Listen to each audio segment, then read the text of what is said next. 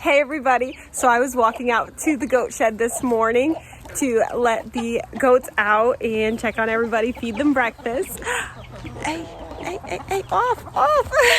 And when I opened up the door, a baby goat almost fell out the door. Like, it was up against the door, and I didn't know we had a baby goat born in the wee hours of the morning early this morning. So I want to show you, Sparkle.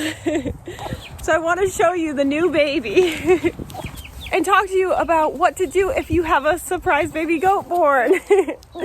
Now, we knew that Miss Elizabeth was pregnant and was going to be having a baby or two. We just didn't know when, and so I was surprised. I've been waiting for weeks for this and didn't know when the baby was coming. You want to come see? Come on.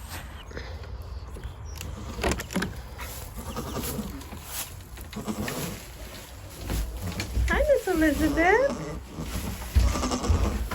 Where's your baby? Where's your baby? Hello?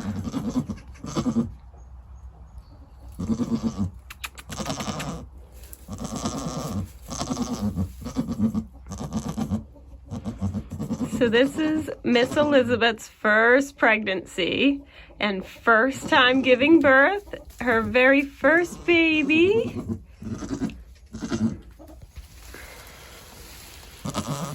Hi. Hi, Mama. Hello. Look at that pink nose. So cute. And you gave him your moon spots. Yeah, you gave him your moon spots. Yes, and he's black and white like his daddy, Champs Rolly. Right? Hi.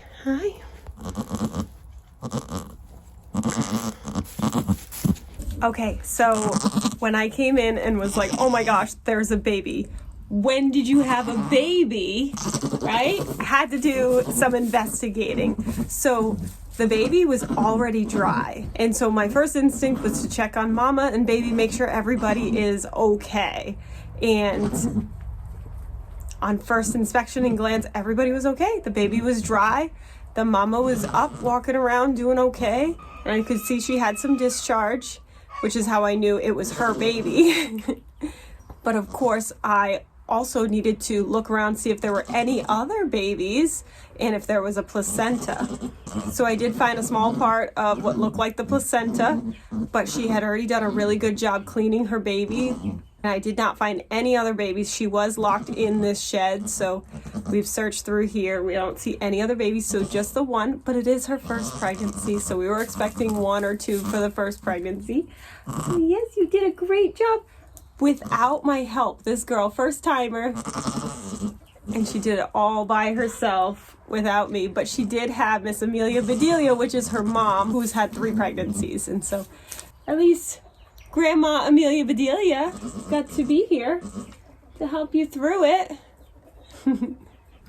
All right, and then the other thing was thinking about temperature. Is it warm enough for the baby? Thankfully, today's been a really warm day. And this morning it was about 60 degrees and it was very comfortable here with all the straw in the shed. So the baby did not appear to be cold. You can certainly check their temperature to make sure that the baby's warm enough. But a really, really important thing is to make sure that baby goats get colostrum, which is the mother's very first milk. And they really, really need to get that within the first hour or 2 of life. And so I wasn't sure exactly when this baby was born. I know last night when I did a late night check on the goats, she wasn't acting any different. She ate her dinner normally, she was acting normal. And so my guess is that it happened in the early hours of this morning, and that I had just come in maybe an hour and a half, 2 hours after it happened, would be my guess. But it's important to make sure that the baby does nurse off of the mama right away. So I went over and I checked her teats because the milk ducts can get plugged before their first initial milking. And when I checked her teats, they squirted milk out very easily. So it seemed as if the baby had probably already nursed and the teats were already cleared. And I did pick the baby up and position it near Miss Elizabeth, and he did go over and he nursed. And it didn't take him long either. I really don't think that was his first time nursing. I think they had already overcome that step. So that was really good to see. And they've been doing great since. She's been doting on him, bonding with him, and cleaning him, nursing him when he wants to. They're just so sweet together. But that's something to observe, is make sure they are bonding, that they do have the opportunity to have a nice, safe, quiet area to bond, and that she's actually allowing him to nurse. Because sometimes if the mothers are rejecting the baby, you do have to step in and help them out. So once I made sure that everybody was okay and the baby had nursed, and there were no other babies to be delivered, the placenta was already out, I then went in and gathered my kidding kit, which I had at the ready. If you are expecting baby goats and you don't have your kidding kit ready, I do have a video on kidding kits, what to put in there so that you are prepared. I'll link that down below. You just came in. Hi.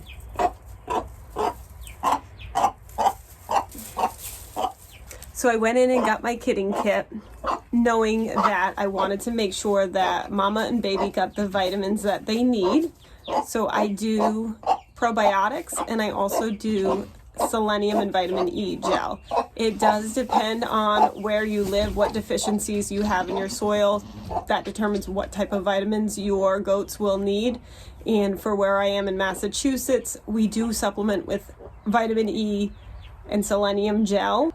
And that's something I give to the whole herd, but I do it more frequently with our pregnant mamas, and I do give it to the baby goats. And the tip of the paste was quite a bit bigger than he would have been comfortable with having in his mouth. So I just squirted it onto my finger and then rubbed it on his gums and around his tongue just a little bit at a time, and he was able to swallow that down. He didn't love it, but Miss Elizabeth sure liked it. Now, I don't know if she had a hard labor. It seemed like she was doing great and not all that fazed by it. So I'm hopeful that it went real smoothly. But I do always give them warm water with molasses in there just to give them a nice vitamin boost. Give them a little extra energy with that. And then the probiotics and vitamin E and selenium gel I gave to her as well. And I did make a diluted iodine dip for the baby's umbilical cord.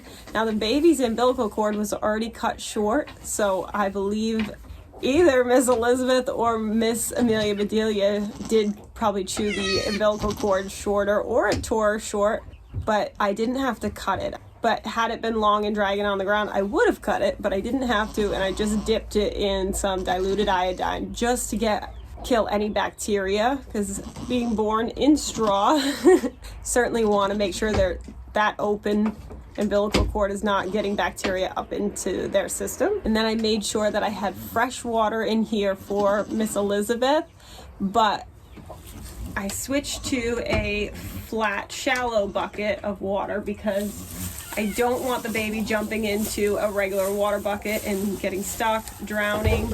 So it's really important to have something shallow. And then after that, it's just monitoring and making sure that they both continue to do well. I love the baby, Mom. I love it. You love the baby? Yeah. Yeah. I've been calling him Bruno. So it is a little boy, a little buckling. Mom, I want to call him Oreo. And he's black and white with moon spots. Can we call him Oreo? Well, we'll see, because we're going to watch and learn his personality. Mom, if he stays black and with white spots, can we name him Oreo? We'll see. I really like Bruno. I want to hold the baby, Mom, but I don't want to upset the mom. Oh, yeah. Yeah. So now we're going to let them have their nice, quiet space to relax, bond, and allow the nursing to happen when the baby needs it. So we are still waiting for our other goat, Miss Amelia Bedelia, to have her babies. She is due any day now. So hopefully we'll have more babies to show you soon. But thank you for hanging out with us today. And if you haven't started your farm yet, what are you waiting for? Get your farm on. If you liked this video, hit that like button. And if you want to see more, subscribe. 1,